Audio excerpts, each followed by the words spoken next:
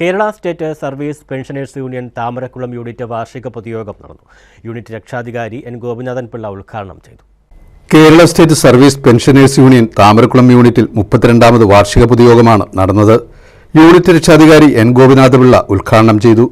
ഇപ്പോൾ നിലവിൽ നമ്മളുടെ സംഘടന എങ്ങനെ രൂപീകരിച്ചോ അതിന്റെ കഥകളൊക്കെ നിങ്ങൾക്ക് അറിയാവുന്നതാണ്. എങ്ങനെയാണ് ആരുടെ നിർദ്ദേശപ്രകാരമാണ് എല്ലാ പ്രൈവറ്റ് മേഖലകളിലുള്ള സംഘടനകളും സർവീസ് സംഘടനകളും ചേർന്ന് ഒരു സംഘടന ഉണ്ടാക്കാൻ അന്നത്തെ ഒരു ഭരണാധികാരിയായ ബഹുമാനപ്പെട്ട ശ്രീ കെ നായരുടെ നിർദ്ദേശപ്രകാരം രൂപീകരിച്ച സംഘടനയാണ് നമ്മുടെ KVU. ആ സംഘടന നമ്മളെ നേടുന്നൊന്നും മറ്റ് സംഘടനകളെ ഔദ്യോഗിക രംഗത്തെ നേട്ടങ്ങൾക്ക് വേണ്ടി ചെയ്യുന്ന പോലുള്ള സമരങ്ങളൊന്നും നമ്മൾ ചെയ്യാറില്ല, നമ്മളെ ഒക്കുകയുമില്ല.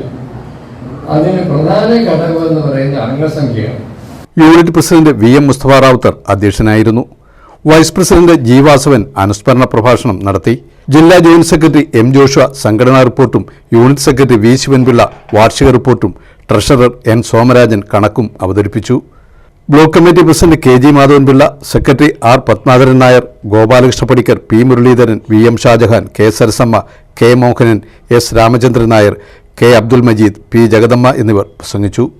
News bureau, Charummood.